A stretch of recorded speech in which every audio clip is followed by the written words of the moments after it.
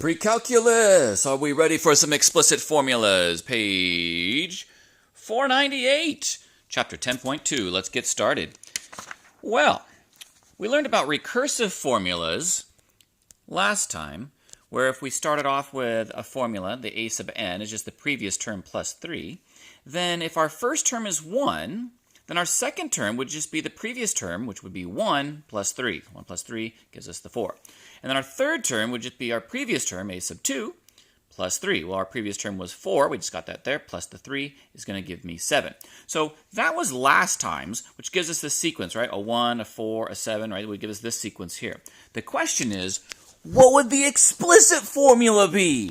Right? So let's deal with the explicit. The explicit formula is a better formula. Okay, we'll find out why in a second. So what we're going to do is say the explicit formula here, we're telling you what it is. It's 3 times n minus 2. N is just the placeholder. So if n is the first term, then 3 times 1 minus 2. If n was the second term, it'd be 3 times 2 minus 2. So my first term, my a sub 1, would be 3 times 1, because this 1 means that 1, which is going to give you 1. My second term means plug in the number 2 into it. 3 times 2 minus 2 gives us 4. See, it's giving us the same. Plug in a 3, you're going to get the 7. It gives us 1, 4, 7, just like we had up here, 1, 4, 7.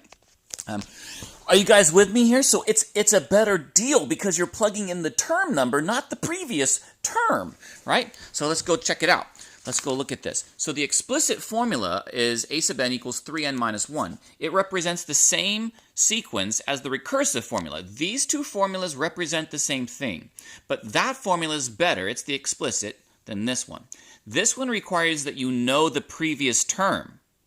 This one doesn't. This one just says whatever term you want, plug it in. If I want the 300th term, then I'll just plug in the number 300 here and 300 here, I'll get my answer. But if I want the 300th term here, I have to plug in the 299th term, get an answer. Plug in the 298th term, get an answer, and so forth. See, the explicit formula is better because if I wanted a sub 300, I would need to calculate all 299 terms before the recursive, on the recursive formula.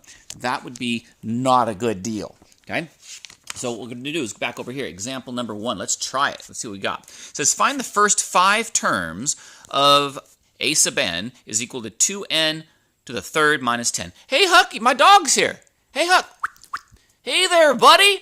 Oh, he doesn't want to talk. He's just kicking. Okay, so back to example 1, page 499. So if this is my explicit formula, and they were going to give me this, I said, well, what's the first 5 terms? All you have to do is plug the first 5 numbers in. Plug the number 1 in, number 2 in, plug 3 in, plug 4 in, and I didn't even do 5, I got lazy. But plug in number 1. When you plug in number 1, you're going to get negative 8. When you plug in the second, 2 for second term, you're going to get 6. When you plug in the third term, right, you get 44. When you plug in the fourth term, you get 118. It creates this sequence here.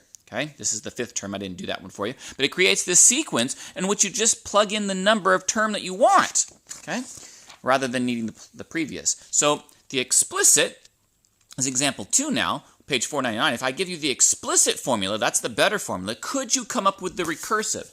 Could you come up with the recursive? Well, let's find out. Okay, so let's go ahead and check this out. If we know that the common, to try to figure out the common difference, like what's happening from the current term to the previous term, this would tell us how each term is going up by. Well, the original is 3n minus 2. That's our equation. So if I have my original, a sub n, that's 3n minus 2. Then the previous one, a sub n minus 1, if I subtract those two, plug in n minus 1 instead of n, so this is my original equation. I subtract the previous term's equation, right? When I subtract those, I end up getting 3. That tells us that the common difference, the difference between the two data points is 3. That means that the difference between a sub n and a sub n minus 1, the two positions, is the number 3. So if I add a sub n minus 1, I'll get this, that my equation is a sub n is equal to a sub n minus 1 plus 3. It's just the previous term plus 3. That means I'm adding 3 to all of my terms. So that leaves us with example number 3 on page 500. We got to go visit my dog again. Here we go. What's up, buddy? What's up? What's up? Oh, you smell that? Okay.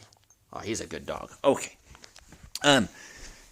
So, you hanging in? Here we go.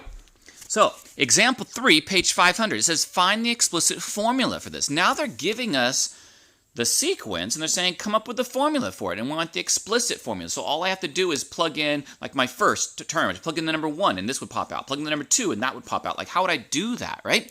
So if my first term is this, my second term is this, third term is this, I want you to notice that the square root of 2 is a constant. Nothing's changing, right? The square root of 2 doesn't change throughout the entire sequence there. The only thing that's changing is the first term, the first number. Like this 1 is 1. That 2 turns into a 4. That 3, my third term, makes a 9. My fourth term makes a 16. If you notice, we're squaring these. 4 squared, 3 squared, 2 squared. Every time I square one, and then I just add the square root of 2 to it. So if you note, the square root of 2, part of each term is constant. It's not changing. The only part that's changing is the square of the position. So I just take my position. Position 1, I square it, I get 1. Position 2, I square it, I get 4. You guys with me? So if I say, well, what's a sub 5? Then I'm just going to plug 5 in and square it and then add my square root of 2, the constant. So I'm going to square my position number and add the constant. That's the pattern that's going up here. So I get 25 plus the square root of 2. That would be my answer for the fifth term. That would be going right here, fifth term, and now we go here. So my a sub n, my nth term, my general term would say, well, then just square my position, square the n, and add the square root of 2. That's my formula for my explicit formula.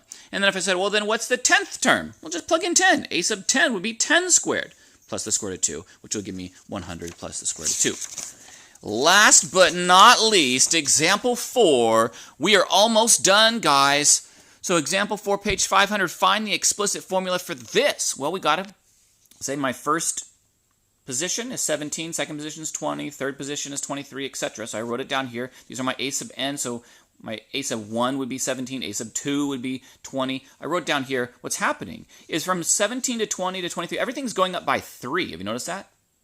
So if I started here with 17, I'm starting with 17 and I'm adding 3. I'm taking my a sub 1, my first term, and I'm adding 3 to it.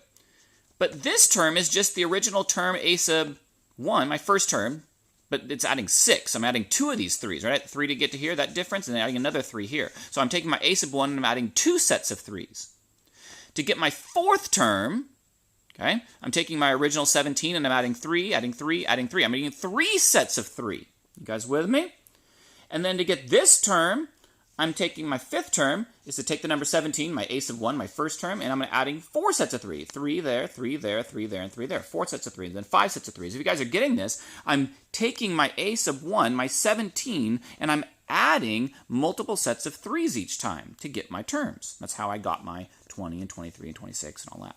So what I'm doing is I'm taking my a sub n in order to get my nth term. I'm taking the original a sub 1, the first term, 17, and I'm multiplying 3 times, well, how many n's am I multiplying? How many numbers am I multiplying? It's always 1 less than the current thing you're on. So for example, when I added 3 here, that's just 1 set of 3s. When I added 3 here, I added 2 sets of 3s, right? I had 2 sets of 3s, but I was on the third term, so it's the previous 2 sets of 3s. On my fourth term, I'm adding 3 sets of 3s, right? On my fifth term, I'm adding 4 sets of 3s. My sixth term, I'm adding 5 sets of 3s, right? So on my nth term, right, I'm adding n minus 1 sets of 3s. It's just the previous 1 sets of 3s. If I multiply that out, I'll end up with my equation like that. And that, my friends, is the explicit formula. And life is good! Lend it out!